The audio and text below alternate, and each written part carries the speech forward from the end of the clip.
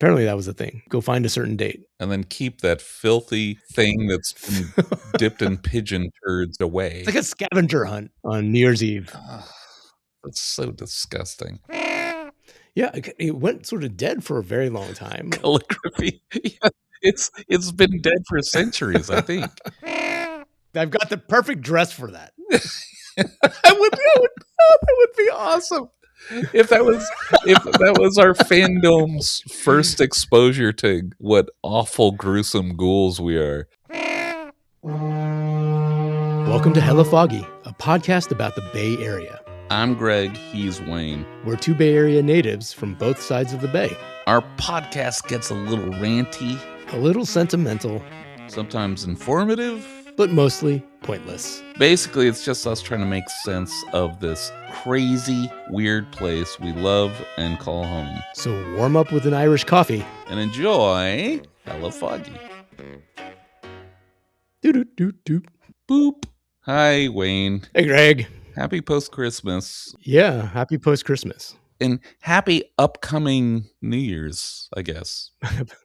Is it plural or is it singular? Like, do you say Happy New Year's? I guess you do, right? Happy New Year's. I guess, well, when I think of it that way, okay, I think it's possessive. Like the day belongs to the new year. Right. New Year's Day, right? Right? Yeah, I guess so. Like when you say New Year's Day, you don't say New Year Day. Right? I think I'm right. Yeah, and I don't write it down. And if I wrote it down, I'd have a better sense. But I'm just using the vernacular that I know. I've written it down a ton of times, and I'm trying to, I wonder. Do you write it down to practice your cursive? Yes, that N and the Y are very challenging. The capital Y is one of the best cursive letters. It's beautiful. I have a Y in my name. Do you use cursive very much? I use it to sign my name, but if I write, I'm an all caps writer. Normally I'm that, but occasionally I'll force myself to use cursive. So I stay in practice. Oh, nice. In case I have to write a Declaration of Independence or something, I keep my cursive sharp. Sharp and fresh. It's not very fluid, though. It's very blocky and ugly. But still, I know how to do cursive. Speaking of gifts from Christmas, no, I did. I once received a calligraphy set, and I was terrible at it. I think the calligraphy set was the default gift for creative kids when the adult didn't know what to get them. Yeah, maybe. Yeah. And it was just, the ink would get all over the place, too. I want to say my sister got a calligraphy set like 3 times. Oh, yeah. And she was very upset. It's like the same damn ink and pen setup. Your parents said, "Oh, she didn't open it from last year," so they just wrapped it back up. No, it wouldn't have been my parents. It would have been some relative or something. I never got a calligraphy set. I guess I didn't send out that vibe. Yeah, it went sort of dead for a very long time. Calligraphy. Yeah, it's been dead for centuries, I think. Is it Roman? Yeah, it feels like Renaissance-y though. Like I doubt the Romans in Latin had cursive. It seems they were a practical bunch, and calligraphy just seems like fancy Italian stuff instead of solid Roman stuff. Okay. So their descendants were got all fancy. Yeah, pinkies out. Because they discovered pantaloons, and so they became fancy. I put these pants on, and now I want to draw fancy letters. That's how it works. That's how history works, basically. Speaking of history, I think we should go backwards a little bit and talk about our takebacks from last week. Oh my God. We're so bad at it. It's insane how often we have to take back stuff. I think these are minor compared to previous ones, but this is a good chance to just clear the air, right, especially with our local sports legend, Christy Yamaguchi. Well, she deserves us being correct. Yes. Like when you win a gold medal, you're up on a pedestal. But I misspoke and said her skating rink, the one that bears her name, was at Justin Herman Plaza. It hasn't been there for like 13 years. Oh, wow. So I guess I haven't walked through Justin Herman Plaza during the holidays recently. It is currently now set up in San Ramon. And then is it a permanent thing, like an ice skating center, or is it just let's dump a bunch of water in a parking lot? Yeah, I think it's still basically a holiday skating experience, but like it goes from like November to January or Okay, something all like that. right. But it's in the beautiful city of San Ramon, which is out. That's in Contra Costa County, right? Yeah, I was gonna say it's skating up to the Alameda border. See, skating up Christy Yamaguchi, skating up. That's a Christy Yamaguchi reference because she was a skater. Got it. I suppose we also should talk about her husband because I defamed him by saying that he was a Bruin. He never played in Boston, apparently. We looked up his career. He played for the St. Louis Blues, the Vancouver Canucks, the Florida Panthers, the Carolina Hurricanes, and the Anaheim Ducks. But not once did he play for Boston. Well, and those are all weird expansion teams. Who are the Hurricanes? I don't know. I'm not going to even assume. We can ask one of our hockey friends to see if they were an expansion team or were they a team that moved down to, I guess, Carolina. Yeah, I don't know how I feel about even California having hockey teams. Yeah, much less Carolina. I think you should be within 100 miles of the Canadian border to have a hockey team. Oh wow. Otherwise, you're not helping anybody. Yeah. You're not. So all those little border cities in North Dakota sign up? Yeah, we could have like 500 hockey teams. Big Beaver, North Dakota, or whatever town you want to call, could have their own hockey team. So it could be a renaissance. Getting back to the Renaissance, we could have an explosion of hockey teams. But no, these places that have hurricanes, we're supposed to believe enjoy hockey. Yeah, like Florida. Yeah, that's ridiculous. When the Sharks, speaking of the expansion, like I remember when the Sharks expanded in San Jose, that was a big thing. Like, yeah, because you said there weren't too many West Coast hockey teams. I think there was the LA Kings at the time, right? And then, but we had weird like IHL. We had the Spiders that we mentioned before. We had the Seals that we mentioned before. But that was many years ago. Yeah, there was interest. Got enough so that the NHL decided to put a franchise in San Jose.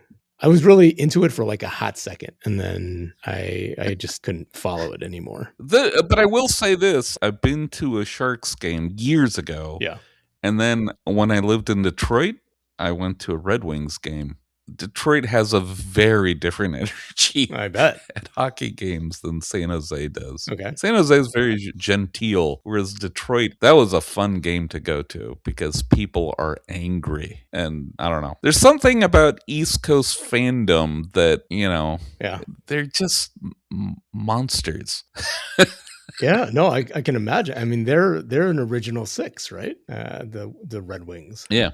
Weirdly enough, yeah. And we are not a Chicago nor Detroit podcast, but Cameron in Ferris Bueller's Day Off wears a Red Wings jersey, but it's all about Chicago. That's a subtle thing. I wonder if that would have been considered controversial. And what does that say about his character? I think that he's like a fish out of water. Yeah. Yeah. Oh, that's very good. Oh, like he doesn't belong. He hasn't found his people. Okay, I have a theory about Ferris Bueller's Day Off. Yeah. It's really that he's dying. Ferris Bueller is dying. Mm-hmm. So he's, I'm sick. I can't go to school. He's actually dying and he hallucinates the day. And then so Principal Rooney is there to guide him to the underworld. Oh my God. Think about it. That makes it a really good movie. No, I'm thinking about it. And it's very, it could be totally true, right? You can make up a scenario that's the case. And it's, I've heard of these theories before. Have you heard the Grease theory as well? No. Sandy, yeah, the character played by Olivia Newton-John, she's also a victim of death, essentially. The opening scene is her Yeah. and John Travolta on the beach and, making out. And well, Yeah. the idea is that she actually drowns in that scene. And so the entire movie is her like moving from Australia to California, going to school there and falling in love with Yeah, yeah. Danny Zuko, right? And as at the end of the movie where they actually start flying off into the clouds, her death is coming to fruition and she's essentially ascending into heaven. Maybe that's a Scientology thing because of John Travolta. Oh. Like they're joining Xenu. I remember watching TV a lot as a child and seeing those Dianetics commercials come on TV all the time. Yeah. You remember that? Yeah, the volcano. Yeah, the volcano, but they were like in the middle of the day during cartoons and stuff. They're trying to recruit. Yeah. I don't know. That was the whole thing, huh? That was a whole thing. They run a lot of stuff during the Super Bowl now. Oh, do they? Yeah, but their commercials are more like normal, unfortunately. I wish they would go back to the loopy volcano imagery. That's more fun. Yeah. Didn't we pass by the Church of Scientology the other day? Yeah, when we were walking around the other day. They were giving away free donuts And coffee. and coffee if you had walked into their doors. Yeah. See, the Catholic Church doesn't do that. Yeah, they just say free guilt. Yeah. I mean, they have the host, which is free. I guess you can have the body of Christ for free. And Scientology has donuts. That was our comparative religion segment on Hella Foggy. So we're still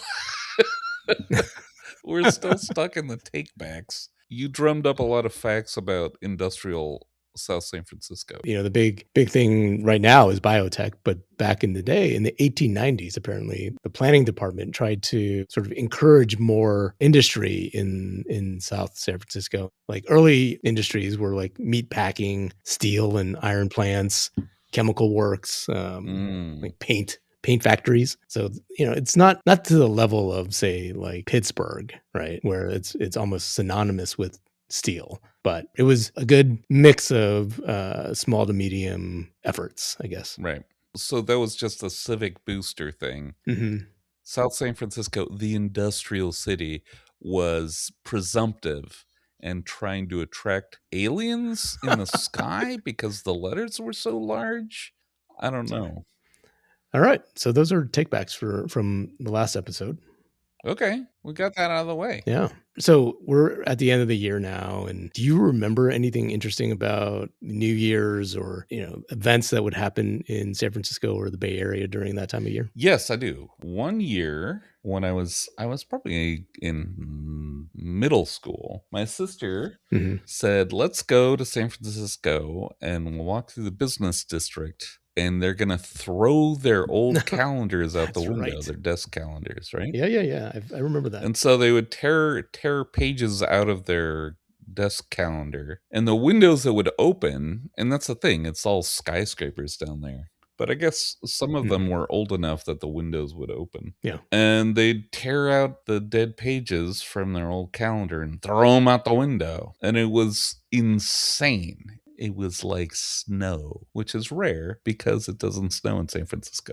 So it was very exciting. Yeah, no, it's one of those things where, if you grew up in San Francisco, or I don't know if it actually happened on the East Coast, but from what I've heard is that it's a tradition that San Francisco, the financial district, down Market, yeah, we had old buildings that still, even if you were a skyscraper, you were able to get some fresh air. They would pop open. Weirdly enough, I worked in one of those buildings, those old, like 1800, early 1900 buildings in San Francisco. And yeah, those windows do just sort of prop open. You could be sitting on a ledge, and if you had one or too many, Irish coffees or whatever, you'd slip and goodbye you. Yeah, and on New Year's Eve, people would remember that New Year's.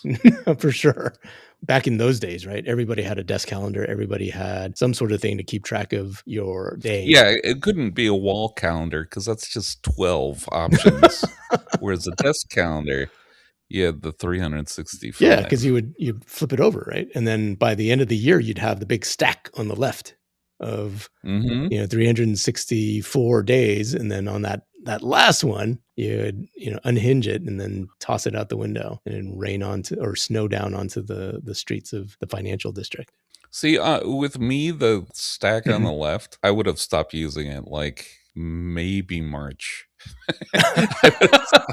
I would have gotten out of the habit. I would have started the year off like, man, this year is going to be different. I'm going to have my desk calendar. I'm going to mark down. Oh, I have to Yeah, meet with Joe at 3:30 to talk about whatever. I don't know what job I have in this scenario. right. But then Yeah, I would have just stopped. yeah. You go on one vacation or you just have a bad day or whatever, or a busy day, you would lose track. Good luck after that. Yeah, and you've lost cumulatively by the end of your life, you've lost like 3 years. Right. It's the end of, we're about to turn into 1990 and all of a sudden you like, "Oh my god, this says 1985 on it." Exactly. Exactly. It's Yeah. it's uh it's a paradox. Yeah, yeah. But did you so when you were down here, and I'm assuming it was your older sister, right? I don't have a younger sister, so yeah, it would have been my older sister. Okay. She took you down here, and did you guys, like, scour the calendars and on the street looking for a specific date or anything? No, because it was garbage, Wayne. It was garbage thrown into the street. Oh, look. There's April 3rd, my favorite. I don't know. I Did people do that? I guess so. Yeah. I mean, it's a thing. Mm, I don't recall doing it.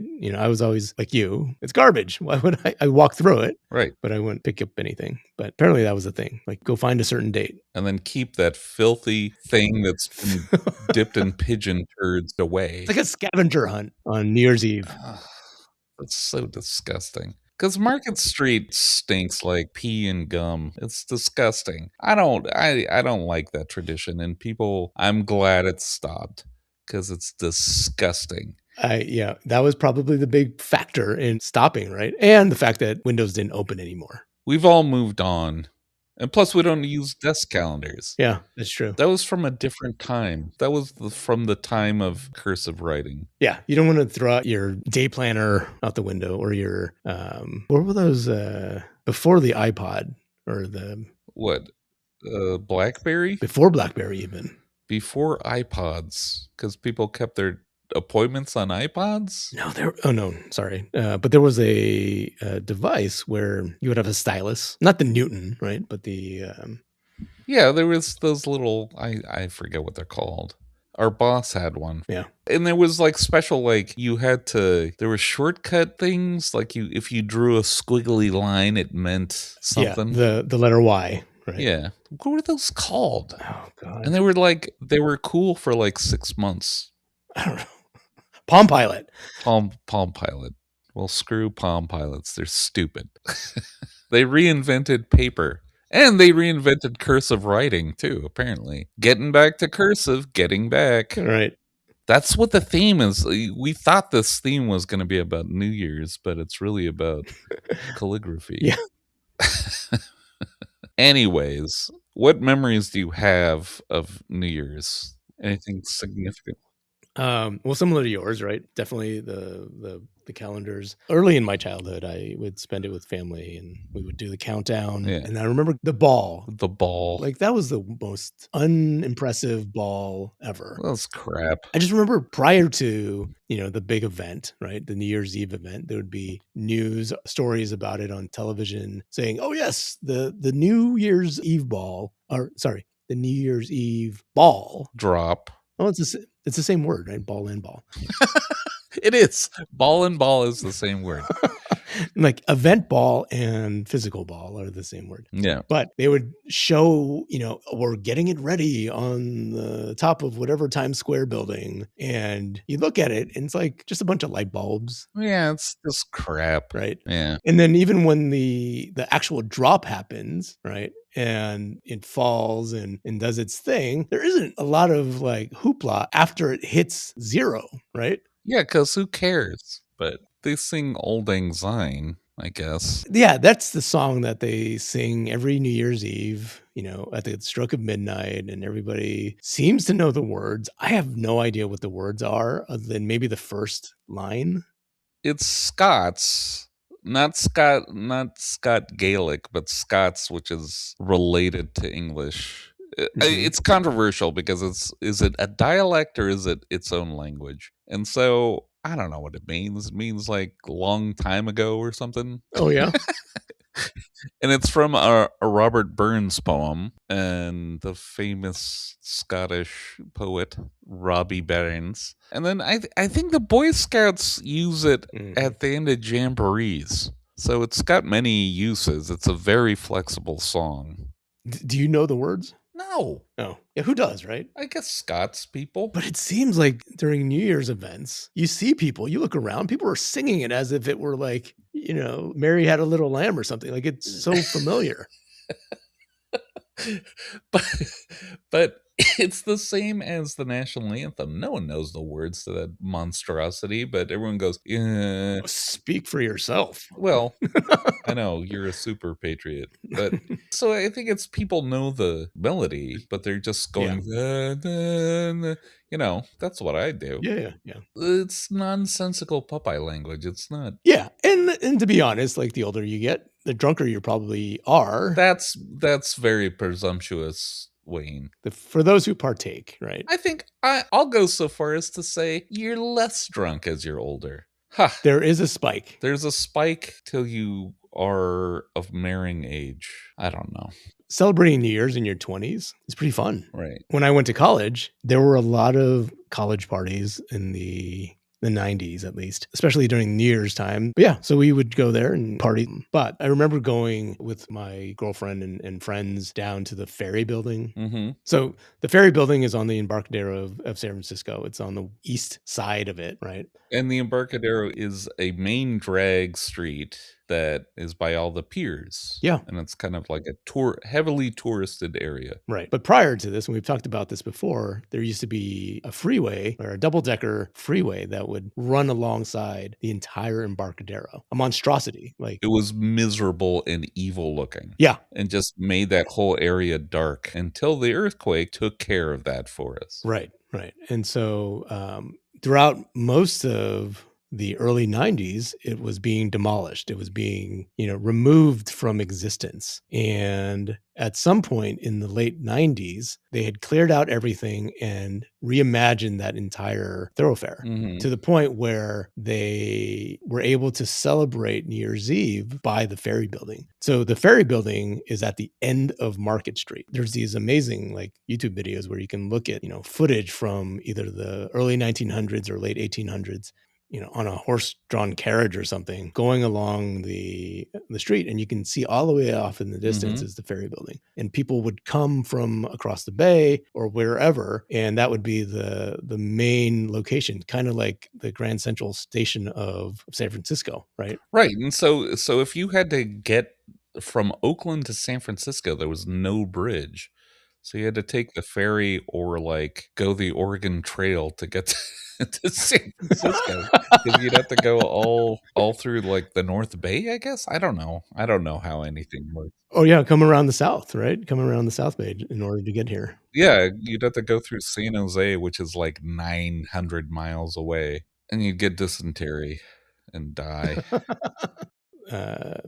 So the Ferry Building had this huge plaza that was sort of put together after the freeway was taken out. And so I remember that I think it might have been the first firework event during the late 90s for this. And it was huge. There were tons of people, shoulder to shoulder, cheek to cheek, right? And it was fun. It was amazing to see the fireworks, and it's like literally right above you. And so it was really fun to watch. But man, getting out of there. Yeah, it's terrible. Yeah. It's the crowds, man. It's terrible. Yeah. So my big memory is from 1998 into 1999. And at my friend Brad's house in Noe Valley, and we were smashed.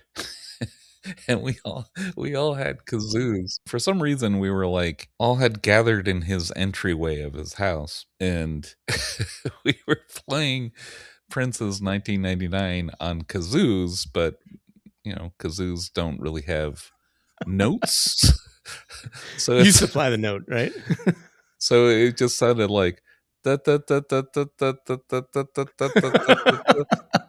the the the the the the the the but like a duck noise. Yeah, yeah, And I think I even teared up. I think I was that's so funny. so moved by it. Oh my god, that's hilarious. It's like a bunch of geese Yeah, trying to, start a band. exactly. I had another New Year's Eve experience that was really fun and interesting. Mm, Um, what was that? I don't know if you remember the end of 1999, right? There was a huge event Mhm. called Y2K, and Right, right, right. every company, every sort of news story was about how the Y2K bug was not accounted for in all the computer systems. And it was attached to the date because when they had been originally programming the computers, I think it was they only had the last two digits of the year. Mhm. They didn't anticipate the 4-digit change, right? Yeah, and so they were worried that it would go back to like 1900 instead of going to the year 2000. Which seemed like a really it's sort of comical to think that everybody was so worried about it then, but yeah, so we had friends who lived on Twin Peaks, and Mhm. they were throwing a Y2K party, and they had an amazing view on their balcony of Mhm. the city, the skyline of the city, and you could see, like, the bridge, and you can see the fireworks, obviously, but everybody sort of gathered on the balcony Mhm. as the clock went down, expecting all the lights of the city to go down, essentially. It didn't. Obviously, it didn't, but there was a promise of, like, a massive blackout in San Francisco. A promise. We were promised a blackout. But yeah, it was fun. And nothing happened. Nothing happened, we just continued drinking. And then people do goofy stuff, like go swimming and stuff. Yeah. Like do all the polar bear nonsense of jumping into the freezing bay. So, if you're into that, please comment. Because it's stupid. It sounds ridiculous, and sure, like, why can't you just wait until the waters get a little warmer or find a swimming pool? Exactly. Go to your local The swimming. why. The Y. Go to the Y and jump in the pool instead of Right. taking the what's it called? The polar plunge Right. out in Ocean And Beach. then people like swim to Alcatraz, which is extremely dangerous. Like the reason Alcatraz was such an effective prison is because the tidal patterns in the bay Mhm. are nuts. They're not conducive to lifestyle swimming. They're very dangerous, and there's all sorts of riptides and nastiness. But people swim to Alcatraz and back. They brave the waters on the first day of the year. It's because the Bay Area gets like the Arctic current. Mhm. It's never a good time to go in the water. Like in the height of August, it's freezing. So I don't know, people are nuts, is what it comes down to. Give me my kazoo and I'm happy. I don't need to go Yeah. Yeah. jumping into the frigid waters of the Yeah. bay. I'm just gonna yeah, I'll be watching all of you guys from the top of, Twin Peaks instead. Warm Warm, drinking the Irish coffee. Irish coffee. It's one of those drinks that supposedly is from the Bay Area, right? It's supposedly has its origins at the Buena Vista Cafe. What is an Irish coffee, Wayne? It's basically Irish whiskey, coffee, and some sugar, so Yeah, and they're fine. but yeah, They're fine. They warm you up. they warm you up. It's a tasty little drink. I don't know if you would drink a lot of them. No, it seems like it'd be really bad for you. Caffeine, sugar, and booze all in one convenient. Right? It's the trifecta, or in hockey terms, the hat trick of, all the things that could go wrong with Yeah, you. if they could work in like a lard or something in there, just to really That would be the grand slam of mishaps that could potentially, right. go wrong. And red dye number 3. Get some microplastics in there. Yeah, delicious. Yeah, there you go. Delicious.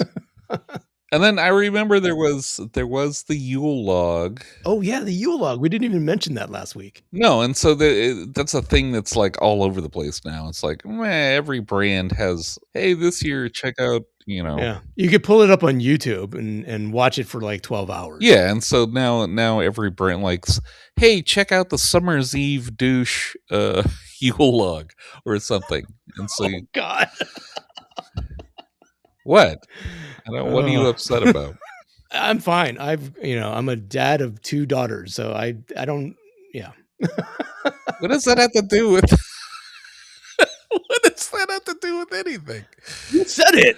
So, so yeah, Channel 20, which was probably the one of the most eccentric independent stations in Yeah. the Bay Area, TV 20, and they had a Yule log, Yeah. and it was just on Christmas Eve, right? You would turn it on, right? It's funny because if you think about it, back then it made a lot of sense because televisions were literally on the floor, right?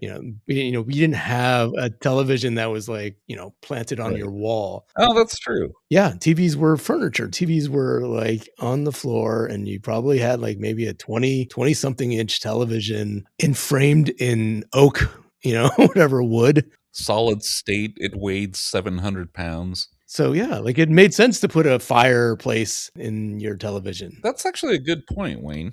Its form factor was very much closer to a mantle than our wondrous 21st century TVs. Yeah, it made more sense. So I have a personal connection to TV 20, Wayne.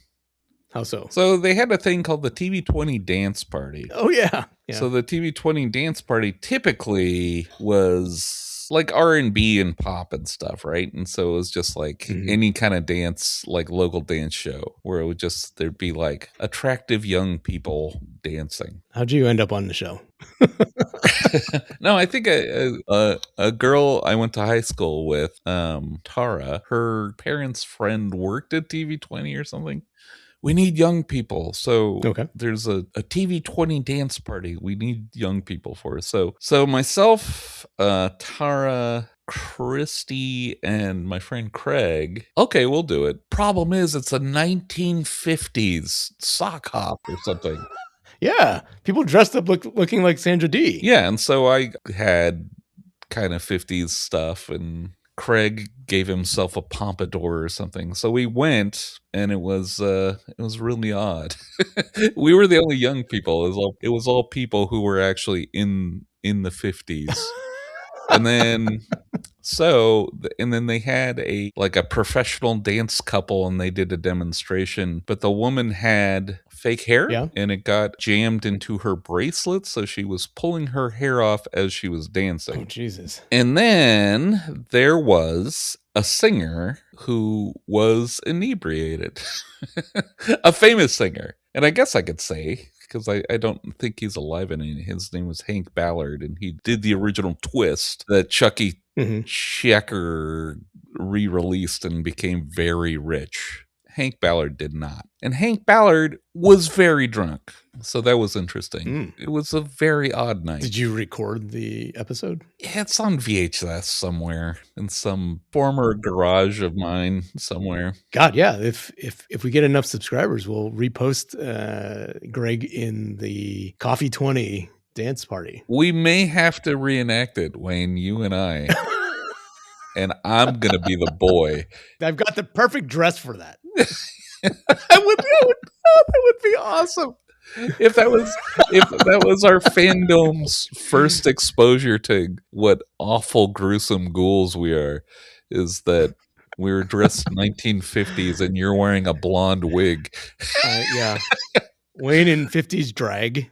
Yeah, so subscribers, get on tell your friends. If you want to see that happen, you know what to do. Yeah, what are we going to go for? 100 subscribers or followers? No, make them work for it. Work for it? All right. We need 150 at least. Yes. Okay. There you go. That's more realistic. The TV 20 thing's interesting because the Bay Area had a lot of weird independent TV stations. Oh, absolutely. I mean, we talked about this before, like, Channel 2, which was KTVU, is KTVU. Yeah. They were an independent station prior to becoming the Fox affiliate here. Yeah. Yeah, because before it was just our main 3, right? Yeah. And then we also had our PBS Yep. station, Channel 9. KQED. Yeah, KQED, and you would watch your food shows like Martin Yan on it. Yang can cook. If Yan can't cook, so can you, right? Right. That was a local show, which is kind of cool. I think he does like walking tours now or something in Yeah. San Francisco. But then there were other smaller stations like Channel 20, Channel 44, KBHK, Channel 44, Cable 12, right? And Yeah. for a kid growing up in the Right. Bay Area, those are the two. Channel 44 and Channel 2 were the two stations that you would watch your weekday afternoon cartoons on. Yeah. And so you would, you catch your Scooby Doo and your Tom and Jerry and your GoBots and Transformers and whatever else was on. Those were the two main ones. Star Blazers. Star Blazers, right? Yeah. Yeah, it was cool to have those independent stations be their own thing. The thing that I was fascinated by was there was a pastor, a crazy preacher guy, Dr. Gene Scott, who I think is national, but he was amazing because he was the most ornery, abusive weirdo. And he would do exegesis of the Bible like he'd define words in Greek and Aramaic on its dry erase board, but just ranting and crazy. And then the wonderful thing about him was he would sit on a chair and then be wearing like some crazy like Foreign Legion hat or something. And he had really long white hair. And then they do a hyper close up of his head. So it would take up the entire TV screen and he would just stare and smoke a cigar and look at you. And I guess the idea was he wouldn't talk until they got a nut like $500. Oh, geez. From donations. So there would be long minutes of him just staring at the camera. As a teenager who was developing a sense of irony, that was the best because it was so loco. And I didn't even really understand what people were paying him money to do because the show when he was being normal was really boring, but when he went psycho, that was the best part. That was I wish he had talked. That was the best part of it. Yeah, that was the best part of the show. I guarantee I probably have, flipped through that station before or that show. So and probably got too scared. He has gone to meet his maker, but then he married a woman who was a former Penthouse pet. Yeah. And then so she became born again Christian and then took over his ministry. I don't know if she's still doing it, but TV, man. One of the things that I will say is like, if you're enjoying this podcast, drop a comment and let us know what you think. It really does do a lot for us. We love hearing from you. We have a lot of episodes that we're planning to do next year in 2026. Yeah. And we want to get more ambitious. Yeah. So if you have ideas, let us know. If there's a corner of the Bay Area that you want us to talk about, let us know. And it could be that maybe we can use your expertise and pick your brain and you could be a guest even. Maybe. I'm not promising anything. Yeah. We want this to be as interesting as we are. Our goal is for this to be an active place for just goofballs to talk about fun stuff. Yeah. Or if you just want to hang with us some more, you're welcome to do that as well. Absolutely. Tell some of your friends about the podcast. We're available. Their podcast. Oh, that doesn't sound good. Let me start over. I want that in there. Leave that screw up in. Don't take it out.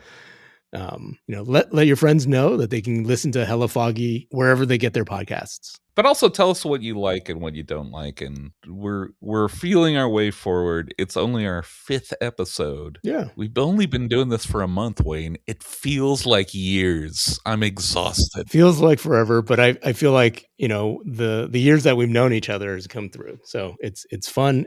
It's some of the best conversations that we've had over the years. So I'm enjoying it. I'm hoping that everybody else is enjoying it as they're listening. Yeah, let's keep on going. And also, if you are a family member or knew the Phantom Diner, we'd love to hear from you. One of our goals is to make this the #1 Phantom Diner resource available. If you're a Former lover. former lover, we're talking to you, Meg Ryan. Or Robin Williams. You shared an intimate kiss with Sydney Walker. Give us a comment. Ew, gross. So disgusting. All right, Greg. All right. Happy New Year. Happy New Year, Wayne. Let's get back together in the new year and let's have some more fun. And it's hella foggy right now. Literally. As I look out the window, it's hella foggy. It's kind of gloomy out there right now. Yeah. We're supposed to get some rain. All right, Yeah. All right, buddy. All right. Happy 2026 to you. Yeah, whatever. All right. Talk to you later. All right. Bye. Bye.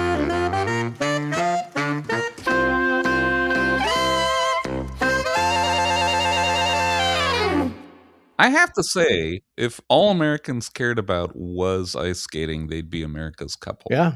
They were not Blades of Steel. What's the movie with the hockey player and the figure skater get together? Ice Castles? No, not Ice Castles. Blades of Glory? No. Blades of Glory. Is that real? That sounds like a Capcom game Yeah. from the 80s. Blades of Glory. The cutting edge was the movie Cutting that edge. had an ice skater that got together with a hockey player. What was that? What was that? That was amazing. Did I do that? Did I trigger something? Where'd that come from? I don't know, but maybe that was a Florida Panther. I don't know. Am I just hungry?